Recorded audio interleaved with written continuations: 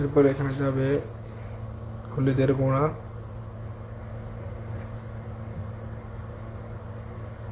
এরপরে চলে যাবে মশলা আইটেম, এরপরে যাবে লাল মরিচের গুঁড়া। দেখেন লাল মরিচের গুঁড়া একটু দিয়ে দেব কালারের জন্য।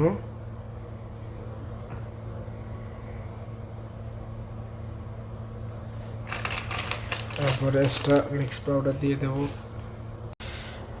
এখানে কিছু গরম মশলার আইটেম, দারচিনি, আদা, লবঙ্গ, এলাচি এগুলো নিয়ে নিলাম। এগুলো একটু ধুয়ে নেব। এগুলো দেওয়া শেষ হয়ে গেছে। এখন আমরা এগুলো দিয়ে দেব।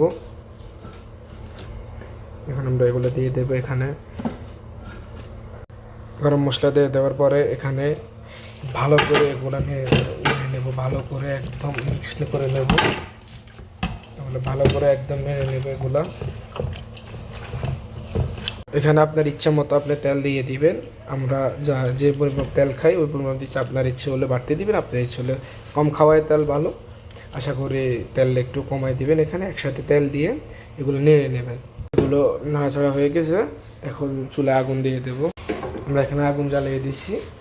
এবার বিসমিল্লাহ পরে আপনার চুলায় আগুন দিয়ে দিছি, আপনার পাতিল বসাই দিছি। এখন পাতিলে ঢাকনা দিয়ে দেবো আমরা 2-3 মিনিটের জন্য, যেন এগুলো ভাপ হয়ে এগুলো পানি বের হয়। 2-3 মিনিটের জন্য এগুলো রেখে দেবে। এভাবে ঢাকনা দিয়ে দেবো উপরে দিয়ে। আপনারা সবাই ভিডিও দেখতে থাকুন। আমি নতুন ইউজার, ইনশাল্লাহ আপনাদের ভালো কিছু দেব ইনশাল্লাহ।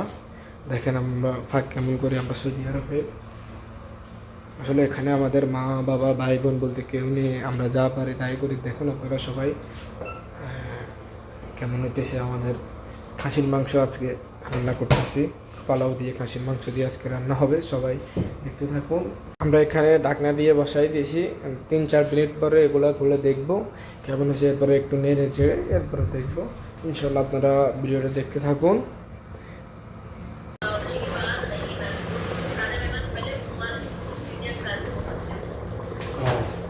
जेठानी हुई है।